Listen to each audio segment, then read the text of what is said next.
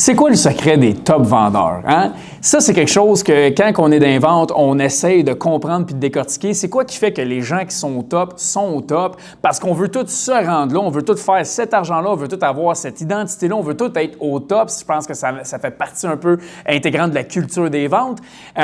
Puis là, on est après chercher des secrets, hein? Comme c'est quoi qui fait en sorte qu'ils sont là. Puis là, je vais te dire quelque chose aujourd'hui, c'est que j'ai pris vraiment le temps. J'ai payé vraiment cher pour comprendre c'est quoi que les tops faisaient, ce qu'ils faisaient réellement dans leur pratique pour être au top. Puis là, je vais te dire quelque chose qui va peut-être te déstabiliser, mais il n'y a pas mille et une choses qui font vraiment différent de nous autres. La réalité, c'est que quand tu es décortique, tu te rends compte que on fait pas mal les mêmes choses que les tops. La seule chose qui est en arrière de ça, c'est que souvent, ils ont compris des choses spécifiques sur des points que nous, on n'a pas encore compris, ce qui fait en sorte qu'ils se comportent différemment dans leurs appels. Puis ça, c'est quelque chose que j'ai pu vraiment observer à travers les tops.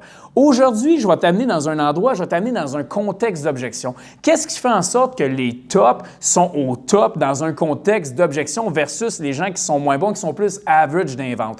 Parce que la réalité, c'est qu'il n'y a pas mille et un secrets, mais là-dedans, il y a quelque chose en arrière de ça. Puis c'est ça que je vais t'amener aujourd'hui, que je vais décortiquer avec toi, parce qu'il y a quelque chose qui est pratiquement invisible. Puis c'est pas ce qu'il dit, puis comment qu'il dit. C'est pas les vidéos que tu écoutes peut-être dans un coaching de vente que tu as eu ou que tu vois sur Instagram, Facebook, peu importe, d'un top vendeur ou d'un top coach de vente qui est après défaire une objection en live. Là. C'est pas là-dedans que tu vas trouver les réponses que tu cherches réellement pour vraiment avoir des meilleurs résultats dans un contexte d'objection. C'est quelque chose d'un petit peu plus insidieux, un petit peu plus invisible finalement à l'œil nu, mais que je vais t'apporter aujourd'hui, qui va t'amener des perspectives différentes qui vont te permettre de commencer à te comporter différemment pour avoir les résultats de ceux au top.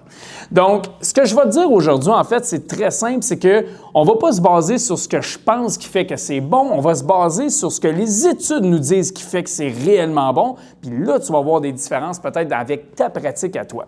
Donc, je vais te parler aujourd'hui d'une étude qui a analysé 3 millions d'appels de vente consécutifs pour voir qu'est-ce que les top vendeurs faisaient de différent que des average vendeurs dans le même contexte, donc dans un contexte d'objection.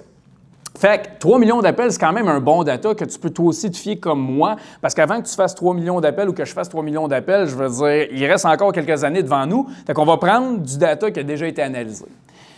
Une chose qui est vraiment intéressante, c'est que les meilleurs vendeurs, ce qu'ils se sont rendus compte dans ces études-là, c'est que les meilleurs vendeurs prennent 5 fois plus de temps en termes de pause avant de répondre à une objection. Autrement dit, ils reçoivent un « je vais y penser ».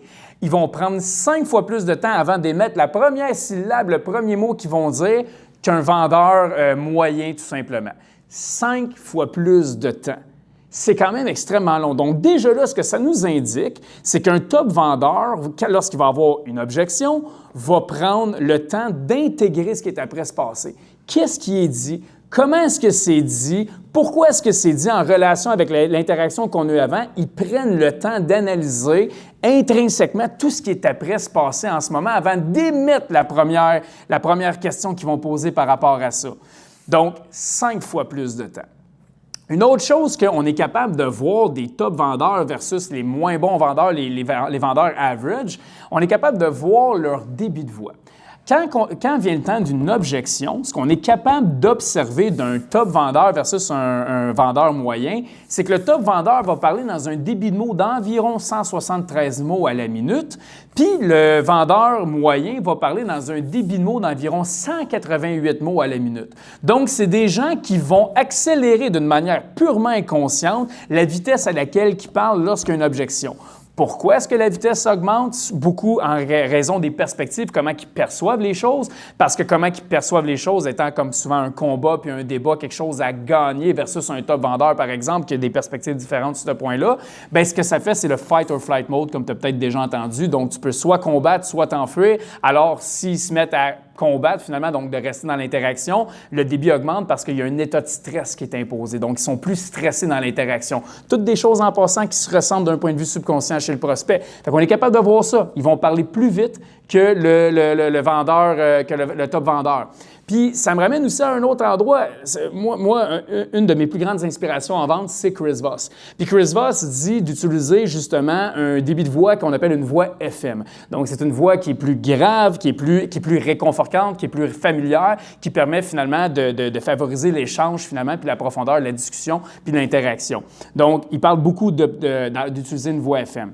La seule chose qu'on sait avec une voix FM, savez-vous, c'est quoi le truc pour adopter une voix FM dans nos appels? C'est tout simplement de ralentir la vitesse à laquelle que tu parles. Parce que je te donne un exemple, si là je parle vite, bien là j'ai un ton de voix, donc j'ai une tonalité quand même assez aiguë parce que je parle rapidement. Si je me mets à parler un petit peu plus lentement, lorsque, exemple, là, dans l'interaction, dans le podcast que je te préfère avec vous, bien regardez ce qui se passe avec ma voix. Tout bonnement, elle devient tout simplement un petit peu plus grave. Donc, c'est ça, utiliser une voix FM, mais pour arriver à avoir une voix FM, il faut qu'on soit capable de ralentir le débit de voix. Donc, on veut utiliser une voix FM quand? On veut utiliser une voix FM dans une situation à haute tension.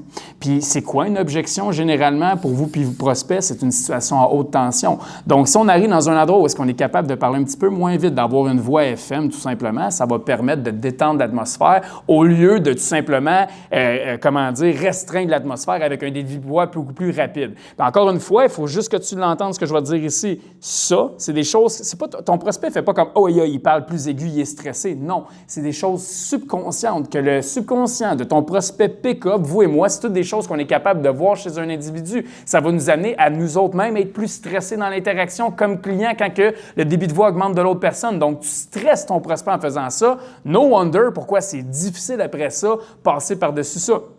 Donc ça, c'est une autre chose qu'on est capable d'observer.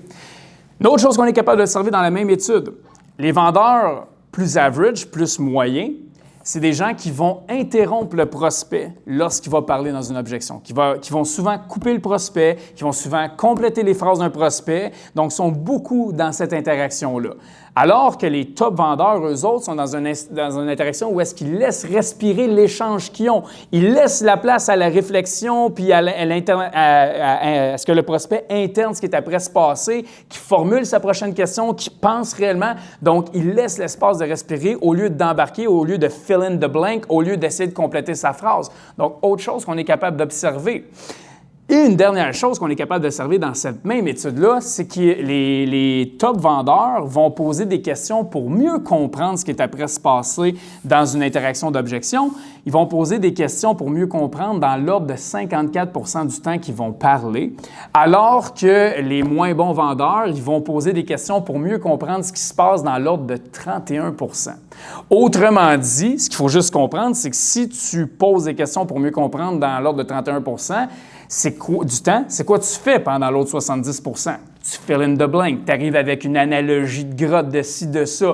Tu y expliques plein d'affaires comme ça pour essayer de manipuler son mental puis l'amener dans une certaine direction. Donc, tu es après bâtir un écosystème où est-ce que tu fill in the blank, tu fais des analogies, tu fais des métaphores, tu fais plein d'affaires là-dedans. C'est ça, l'autre 70 Donc, on se ramène dans le contraire. Le top vendeur est dans un spectrum de 54 de questions éclaircissantes. Donc, tout simplement, il est dans un endroit où est-ce qu'il ne comprend pas ce qui est après se passer, il est après découvrir ce qui est après se passer, puis il agit en tant que tel. Puis, il faut vraiment le comprendre, ce point-là, parce qu'une objection, là, dans n'importe quel contexte, c'est une nouvelle information. Puis, c'est juste normal que 54 du temps, tu poses des questions pour mieux comprendre parce que c'est une nouvelle information. Ce que ça nous indique, c'est que le vendeur moyen ne perçoit pas ça comme une nouvelle information, mais comme une information qu'il connaît déjà. Donc, c'est là où est-ce que quand tu arrives avec des rhétoriques d'objection, puis tu rentres direct dedans, puis là, bang, bang, bang, s'il me dit ça, je dis ça, c'est là que ça crée des problématiques réellement parce que tu n'es pas dans un état où est-ce que tu amènes le client à se sentir compris, écouté, tu es dans un état où est-ce que tu crées du stress puis de la pression. Mais ce qu'il faut comprendre dans ce point-là, c'est que tu es dans un environnement où est-ce que tu ne poses pas des questions qui permettent de mieux comprendre ce qui est après se passer alors que tu as une nouvelle information. Don't get me wrong, quand un prospect te dit « je vais y penser », que c'est trop cher, peu importe c'est quoi qu'il dit, qu'il veut en parler avec son conjoint, qu'il veut dormir là-dessus, peu importe c'est quoi, il est prêt de t'apporter une information que tu n'avais jamais entendue avant, qui est peut-être même en incohérence avec tout ce qu'on s'était présenté depuis le début. Ça ne fait aucun sens que tu saches exactement quoi répondre dans le moment présent alors que c'est une nouvelle information que tu n'avais pas il y a de ça 2 secondes écart. Donc, tu ne peux pas te comporter comme ça. Puis tous ces comportements-là amènent encore une fois des déclenchements dans le subconscient de tes prospects qui te voient comme un typique vendeur, une menace, comme quelqu'un qui cherche juste sa commission. Donc, ce que ça nous indique, je vais juste le répéter, mais c'est que les top vendeurs ont compris une chose, que c'est une nouvelle information puis ils repartent dans un état de découverte. C'est quoi tu fais quand tu as un nouveau prospect avec une nouvelle situation, avec de l'information que tu n'avais jamais entendue? Tu fais un appel découverte. Tu es là pour découvrir, observer, regarder nos possibilités, ce qui est possible d'être fait, puis c'est quoi les probabilités qu'on aille de l'avant ensemble.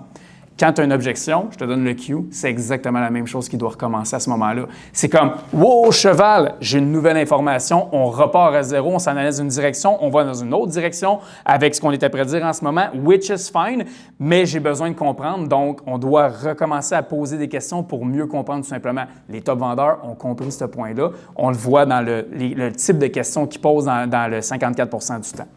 Donc, finalement, ce que ça veut dire tout ça, puis là, c'est important que tu écoutes ce que je vais dire là. Les top vendeurs, ils n'utilisent pas des rhétoriques d'objection par cœur de quand il dit ça, je dis ça, quand il dit ça, je dis ça, quand il dit ça, je dis ça. Ils n'utilisent pas ça par l'entremise de tout ce que l'étude nous montre. Effectivement, ils ont une certaine structure. J'ai une structure, puis ils ont une structure de comme, je vais faire 1, 2, 3 à un certain degré. Mais pas je vais dire 1, 2, 3. C'est des choses qu'on sait qu'on veut aller dedans, on veut aller comprendre, on veut avancer dans une certaine direction. Mais qu'est-ce qu'on va dire, puis comment qu'on va le dire, ça va se meubler en fonction de l'interaction qu'on a dans le moment présent, puis de la lecture qu'on a réellement du prospect. Donc, je veux juste vraiment pas qu'on l'oublie, ce point-là. Si les top vendeurs n'utilisent pas des rhétoriques d'objection par cœur, c'est quoi que le monde du coaching de vente est après nous apprendre en ce moment? Comment ça se fait qu'on a des coachings de vente sur les objections à apprendre, des choses par cœur, donc vraiment de répondre ça quand il dit ça et répondre ça quand il dit ça? C'est quoi qu'on est après faire? On n'est pas après vous apprendre c'est quoi la méthode des top closers. On est après vous apprendre une méthode qui va vous garder dans le average, qui va vous garder dans le milieu, le milieu de peloton. Puis si en ce moment, tu écoutes ça, puis tu es comme, moi, j'écoute ce podcast-là pour être pas dans le milieu de peloton, mais dans le top de peloton, bien, il faut vraiment que tu comprennes ça. Littéralement, les études nous le montrent, les meilleurs n'ont pas des rhétoriques d'objection par cœur. Comme je te dis, je peux t'en parler long comme mon bras, ils ont une structure de certains points dans une direction qu'ils veulent aller, mais c'est tout, ça coupe carré après. Donc, si en ce moment, tu es là après à apprendre des rhétoriques d'objection par cœur parce que tu veux tisser au top du leaderboard dans le domaine que tu es ou dans ta carrière, sache une chose, tu travailles à contre-courant en ce moment. Tu n'es pas dans la bonne direction en ce moment. Puis, je ne vais pas parler contre l'industrie du coaching de vente, tout ça. Je pense qu'il y a énormément d'argent à faire avec des coachings d'objection. Fait que je pense que c'est pour ça que c'est autant popularisé, mais la réalité, c'est que pas ça que les tops font. Fait que là, tu as un choix ici. Tu peux soit continuer à faire du coaching d'objection, puis d'essayer de trouver la bonne question, puis la bonne rhétorique, puis la bonne séquence de s'il me dit ça, puis il me dit ça. Mais de l'autre bord, tu peux aussi comprendre c'est quoi que les tops font, puis de commencer à copier un peu ça, puis d'augmenter tes perspectives sur ces points-là. Fait que ça, c'est vraiment un gros take-away qu'on est capable de voir dans cette étude-là. Et c'est aussi les top vendeurs des gens qui, quand tu comprends bien, tu es capable de décortiquer ce qui est après se passer, c'est des gens qui ont une haute conscience de soi, un haut self-awareness, puis une haute intelligence émotionnelle pour être capable de se comporter là-dedans, de se comporter adéquatement là-dedans. Mais tout ce qu'on voit dans les comportements, dans les stats que je vous ai apportés là, il y a une chose qui est claire à mes yeux, à moi, c'est que comment est-ce qu'ils voient une interaction d'objection, c'est vraiment pas les mêmes perspectives qu'un vendeur moyen. Ils doivent vraiment pas voir ça comme un combat, comme un débat, comme quelque chose à gagner. Les perspectives doivent être extrêmement différentes pour pouvoir être dans un endroit où est-ce que tu prends 5 fois plus ton temps avant de répondre, que tu parles vraiment moins vite que la moyenne, que tu poses bien plus de questions pour mieux comprendre au lieu d'avoir des rhétoriques par cœur, puis que tu laisses le prospect respirer puis le temps d'avoir ses propres réflexions par lui-même au lieu d'interrompre le prospect. C'est pas parce qu'ils ont une structure pour dire ça comme ça, c'est parce qu'ils ont compris des choses que toi, tu ne comprends pas par rapport à ça. Donc là, c'est peut-être ton warning en ce moment, ta petite clochette d'alarme qui t'amène à « il faudrait peut-être que je change comment est-ce que je perçois cette interaction-là » parce que c'est ça le prochain niveau si tu veux avancer dans tes objections. Fait que si tu as vu de la valeur là-dedans, si tu as appris quelque chose de nouveau, si ça t'a remis en question sur certains points de ce que tu faisais, je te le dis tout de suite, le podcast va toujours rester gratuit. Je vais toujours vous apporter de la notion comme ça, c'est ce genre de perspective-là. Mais si tu pouvais juste le partager à une seule personne que ça pourrait aider de près ou de loin, ça nous aiderait grandement dans notre mission.